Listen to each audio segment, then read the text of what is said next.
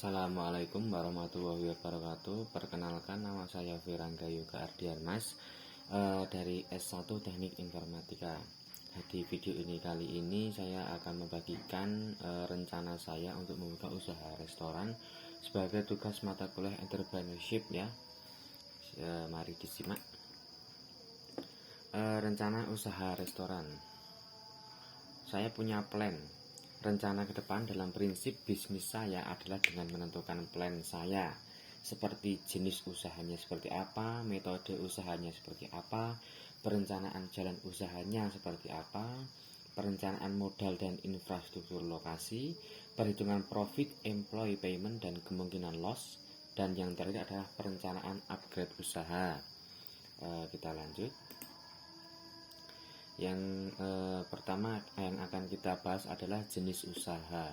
Jenis usaha yang saya rencanakan adalah usaha penjualan makanan, yaitu dalam restoran. Kenapa saya memilih restoran?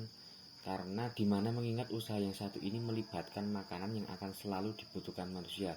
Jadi makanan ini akan selalu dimakan karena manusia itu butuh makan ya.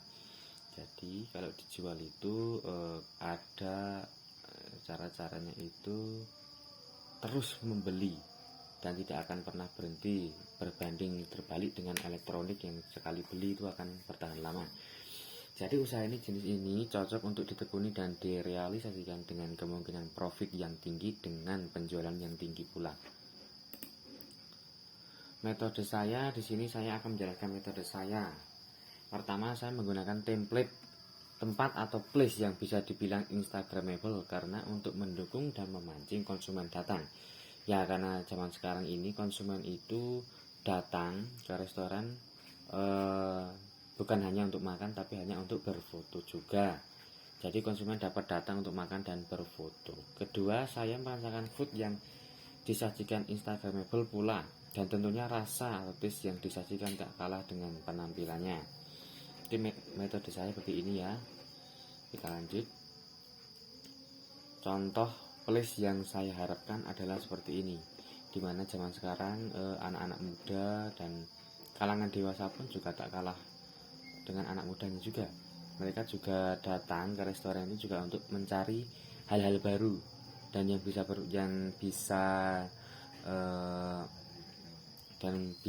berfoto, makan, dan upload foto mereka di Instagram.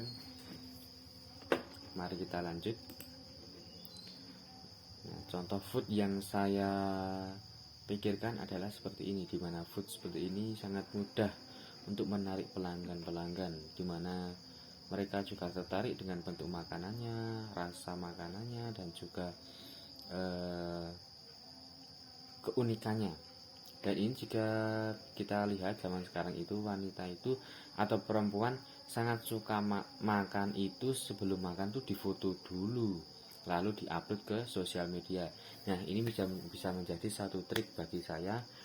Kalau saya menjual makanan seperti ini dan mereka memfotonya lalu mengupload di sosial media, itu akan mendapatkan ad gratis untuk saya, ad iklan, mengiklankan restoran saya, makanan saya juga secara gratis dan cuma-cuma, dan itu datangnya dari customer mereka juga semua. Mari kita lanjut. Perencanaan jalan usaha saya adalah jalan usaha yang direncanakan tetap saja dimulai dari nol. Ya, dari mana sih kalau jalan usaha kok nggak dimulai dari nol, tuh nggak ada ya. Maka dari itu saya tetap mencari referensi dan nasihat dari sahabat atau orang berpengalaman yang berkaitan dengan usaha tersebut. Contohnya saya punya guru SMK, saya juga punya guru SMP juga. Mereka punya usaha restoran makanan China dan makanan Jepang. Saya bisa mencari referensi ke mereka, atau teman-teman mereka juga memiliki bisnis yang hampir sama, yaitu restoran makanan. Dengan cara tersebut saya bisa mendapatkan referensi dan trik dalam dunia usaha tersebut. Ini lebih berguna bagi saya daripada saya tidak pernah bertanya kepada orang yang lebih ahli dalam hal ini. Perencanaan modal dan infrastruktur lokasi. Modal awal yang direncanakan adalah modal sendiri yang dikumpulkan bertahun-tahun sebelumnya. Perencanaan modal dengan meminjam ke bank akan memberatkan di masa yang akan mendatang. Ya, karena kalau punya modal sendiri yang sudah cukup banyak, maka akan lebih mudah membuka jalan usaha dengan plong. Beda halnya dengan meminjam dulu ke bank, di mana harus memikirkan tagihannya besok-besok. Terus infrastruktur lokasi seharusnya berada di tempat ramai dan mudah diakses, seperti daerah perkotaan. Kenapa harus perkotaan? Karena perkotaan itu banyak sekali ya populasi manusia, populasi penduduknya, dan mereka itu juga kalau makan pasti keluar. Beda dengan orang desa. Kalau orang desa makan pasti ada sendiri di rumah, masak sendiri. Kalau orang kota itu cenderung malas. Mereka pasti keluar, entah itu ke KFC, McDonald atau yang lainnya. Itu pasti didatangi di restoran-restoran seperti itu. Orang-orang kota itu makan di situ. Sebagian besar ya. Sebagian besar, saya tidak menyebutkan semuanya, tapi sebagian besar. Namun perlu diperhatikan komposisi tempat dan area strategis yang dimungkinkan untuk dapat menarik konsumen ke restoran. Dengan view yang menarik atau natural akan menambah daya tarik tersendiri. Ini lebih ke unik ya, restorannya itu lebih ke unik dan natural. Beda dengan restoran-restoran biasa yang hanya menyajikan tempat yang bagus dan ruang yang tertata rapi, tapi saya juga harus memberikan view yang bagus untuk mereka, dimana keunikan restoran itu bisa menjadi daya tarik yang bagus untuk mereka, dan seperti biasa mereka akan berfoto di sana dan menguploadnya ke sosial media, dan itu bisa menjadi iklan untuk saya.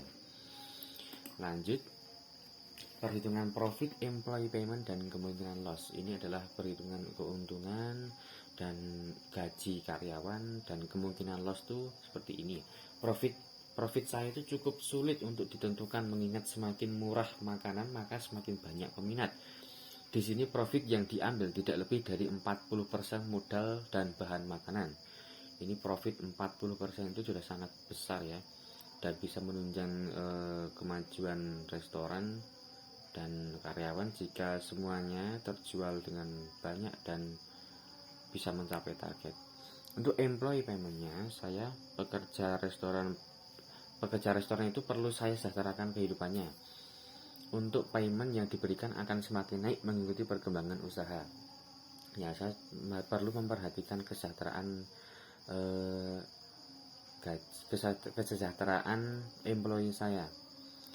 Mereka itu saya pekerjakan bukan hanya untuk bekerja dan mendapatkan gaji sesuai UMR, itu tidak.